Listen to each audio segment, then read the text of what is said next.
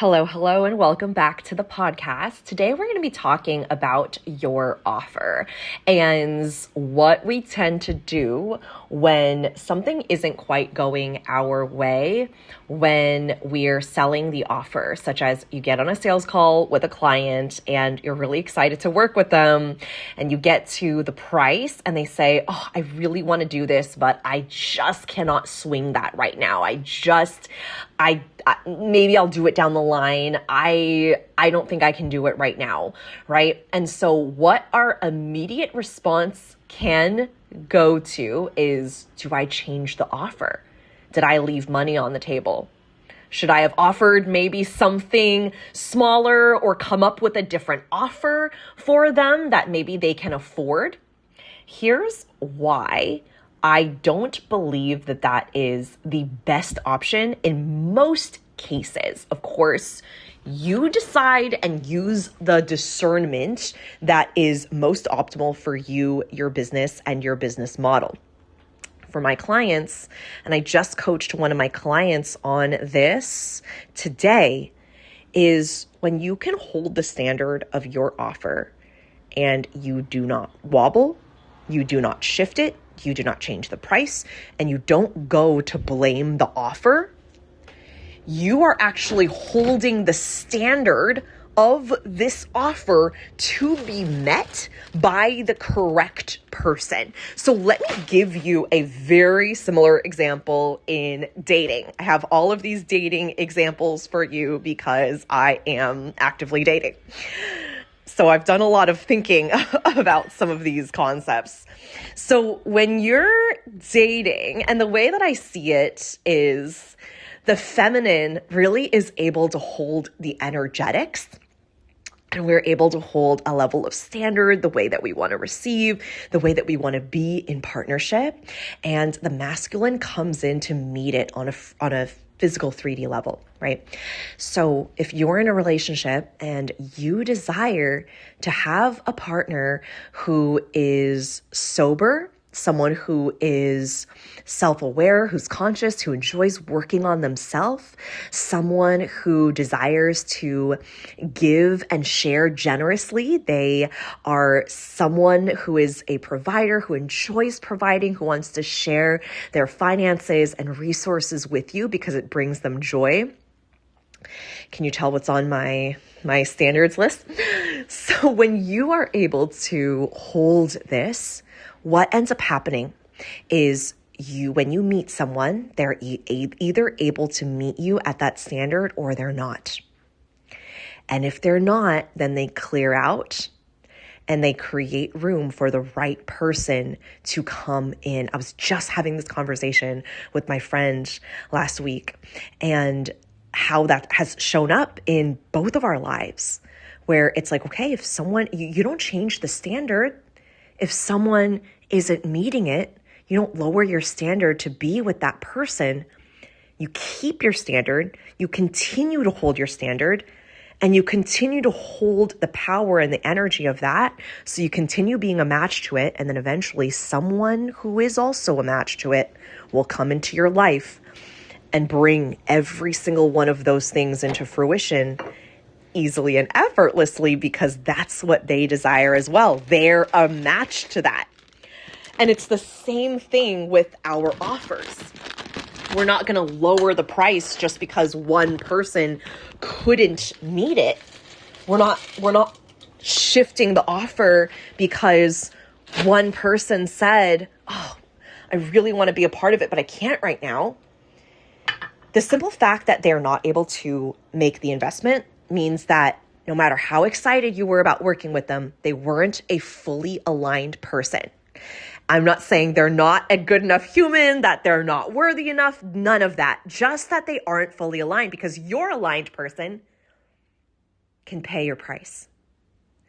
Your aligned partner will be able to provide for you and meet your emotional needs and love you in your love language, right? It's the same concept. So when we go out of our way to then lower our standards in a coach-client relationship, it ends up creating a lot of really entangled, energetic things that come up in that relationship.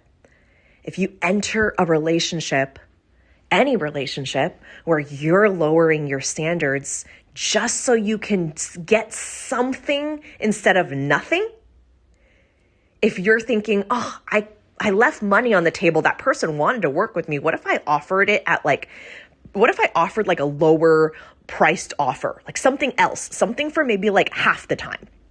If your offer is 6 months and you're thinking like, well, should I have maybe just offered it at 3 months and then just they pay for just the 3 months? Or sometimes my clients come to me and they're like, someone wants to work with me, but they only want to do it for a month and my offer is 9 months. When we lower what we believe is the best way for us to serve our best clients, it is actually a disservice to them. You know, they might say, oh my gosh, thank you. Oh, you're lowering the price. Wow, thank you so much. Oh, you're being so nice. You're being so kind. Thank you. Thank you. Like, it sounds like something they want, and it's so interesting because it seems almost like the right thing to do. It almost seems like, oh, wow, like I did such a great thing today. I lowered my price for 2 different people. And then for the third person, I created an offer I didn't even exist just because I wanted to work with them. I made some money at least. What a good day, right? It seems kind of, in hindsight, like it almost tricks you into thinking that it's fine. But what this actually creates on an energetic level, because what are we always doing? We're always sending the universe signals with every decision we make, with the way that we see ourselves, with the way that we interact with the world. We are constantly and consistently sending the universe signals. When we're telling the universe that we can wait and we don't invest in ourselves and we don't do the thing that we really, really, really want to do that we think is going to make a really big difference in our life and business, the universe is like, oh, okay. She's cool with waiting.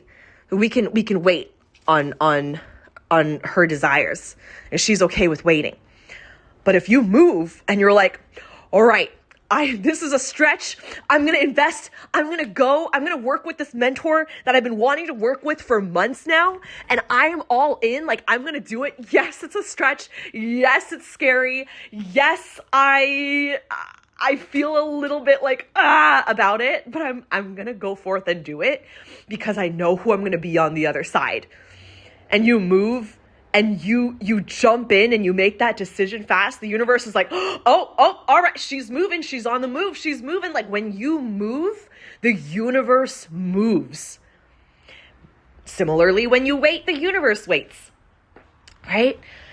So when we are okay, when we're okay with lowering our standards and we're okay with taking a bit of a pay cut and not, I would love to have someone at my full price, which is $8,000. But if someone can just join the $1,000 offer, that's okay too. That's okay. At least I have something that's coming in from that sales call, from that conversation, right? If we continue to do this and we are continuing to perpetuate this as okay in our standards, in our life, in the way that we are running our business,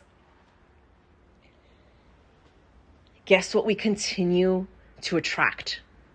What we continue to call in?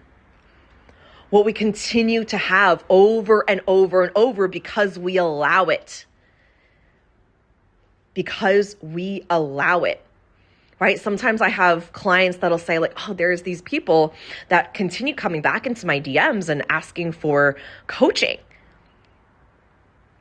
And I always ask them, what are the standards that you're allowing? What are you setting? Where is that not? Like, I don't think anyone who comes across my page gets the vibe that they can get free coaching from me in the DMs ever. But if that is something that we've said yes to, if that is what we've allowed, then that's the standard. It's maybe not the standard that we want, but it's the standard that we've said yes to. My mom used to tell me, because I would have friends that would call, like back when the landline was a thing, I used to have friends that would call at all hours in the afternoon, in the evening. We were young. We were wanting to stay in contact and talk and gossip and talk about boys and all the things. And my mom would remind me and tell me, like, they keep calling because you keep answering. They call late at night because you answer late at night. You are perpetuating this by continuing to pick up the phone, right? And obviously this came from her not wanting to be on the phone all the time. I didn't see it as that much of a problem, but the mantra still stuck. We treat others, and the universe included, how to treat us. We teach others how to treat us. So if we're teaching others, I'm okay with this. If you're telling the universe, I'm okay with someone just paying half rather than holding the power of your full program at the full price point with the way that you designed it and actually working on the beliefs that are coming up, right? Because what is here for you is there are beliefs around maybe my offer isn't enough. Maybe this, why doesn't this person want to work with me? Was this not enough? Should I change it? And when we do that from a place of not enoughness, when we change it from, when we try to change our offer with the energy of like, it's not enough, it's not good, what do I need to do in order to make it good? It's kind of this frenetic, anxious energy that we've now surrounded in our decision making. And that's not to say that there aren't important times where we get to update and shift and change things inside our offers. But that typically lands in a way where it's like, ooh, maybe I should do that. Oh my goodness, I just got the best idea. Oh, wow, this is so good. I need to write it down before I forget it. That's the energy where it comes from. You're like, oh, yes, okay, it's here. That's what I'm doing. It isn't like, I need to go and change this right away. No, that's not, do I need to change my offer? Should I come up with a new offer? It's a very frenetic, anxious, panicked, I have to do this now kind of energy. That's not the energy in which we want to make business decisions. It's not the energy in which we want to run our businesses and make decisions about shifts in our offers. Right? So when this comes up and we are acknowledging that it feels uncomfortable, that someone has said no, or someone has said they'll think about it, or that the price is too high for them right now, use this as an opportunity and an initiation for you in your life and in your business and with your relationship to your offer to look at what subconscious beliefs are coming up. The fact that someone says this and the fact that it brings up these feelings of not being enough, feeling like you need a change, where does this bring up feelings where you may have been on the receiving end of criticism or unkind remarks? Or maybe there was a bully at school that was so mean to everyone, and you remember people saying things about you and feeling insecure and feeling like you needed to change something about you, change something about your hair, change something about the way that you dressed. A lot of this is connected to how we felt in younger past versions of ourselves. It comes from, oh, is this not enough? Do I need to change it? It comes from, oh, they don't like it. They can't pay it. They can't be a part of it. I need to do something different. We're attaching it to worth. We're attaching it to enoughness rather than just seeing it as like, if they couldn't pay it, they weren't aligned. And I'm going to hold the power that I will connect with someone who is aligned. I will connect with someone who is ready to join.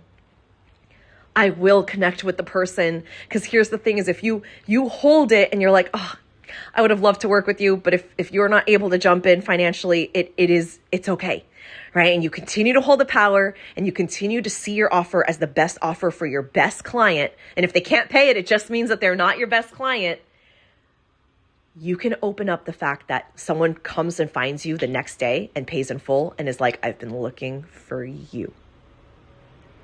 But that only happens when you hold the power, when you are an energetic match. And sometimes there are going to be clients that come up that are initiations from the universe that's like, all right, she said she wants this. She says she's ready for a high level client. She's ready for this pay in full client. Let's send her this one. Let's send her this one and let's see how she navigates it. And when you're like, nope, I'm good, steady, I'm cool as a cucumber, or they weren't able to pay it, I'm not going to bend over backwards trying to make a ton of different offers just so I can make sure to pick up as much money off the table as possible. I'm good. This, again, it happens in dating. Before you find your person, the universe sends you your type. Just like all the guys you dated in the past. And it's like, okay, how does she react? Does she fall to his charms, or is she like, no, I'm good. I am holding out and I am ready for my person who's able to meet these standards. And the universe is like, okay, oh shit, she's really walking the walk. She's not just talking the talk, right? Because the universe responds to us and our energetic signals that we send out consistently, and we're always sending signals. We're always manifesting. It's just, what is it that you're manifesting? Are you manifesting what you desire and upholding the standards and the power? Or are you operating as a past version of yourself? You're operating in not enoughness, because that's up to us. We're the source. And the more that we're able to move quickly, make decisions that are in alignment to what we're here to create and the standards we're here to uphold, and we're able to shift quickly from, okay, this person was a no, they couldn't afford it, let's move. Let's shift it, let's move, let's continue to hold the power, let's keep going. We're not going to sit and ruminate on it and, oh, should I have done this? Should I reach back out? No. We're moving forward, and you're shifting back into being an energetic match. And that person who's an energetic match and who is ready to be in your world, they will show up. I promise. I am running Move Fast, which is the event of March. It is all around the focus of moving fast in your business, not in a haphazard, go, hustle kind of way. But when you can make decisions fast, when you can listen to your intuition, when you can tune in to what is aligned for you and where you're meant to go, and you move quickly in the direction of what is in alignment for you now, without waiting, without wobbling, without feeling like you need 10 signs and then assigning your sign. This is about being in connection with you. This is about being in your power. This is about trusting yourself deeply and moving fast, not because you need to do things at a rapid speed, but because you trust yourself so deeply that you know you're headed in the right direction. This is the year of the fire horse. This is the year of momentum, of energy, of moving forward. And I'm so excited to be running this event throughout March. You can join us in the link in the show notes. And you can read more. Everything is there on the checkout page. And I've been sharing about it on my Instagram as well. I'm so glad that you tuned into this episode. I trust that it brings you a level of power and force and momentum in March.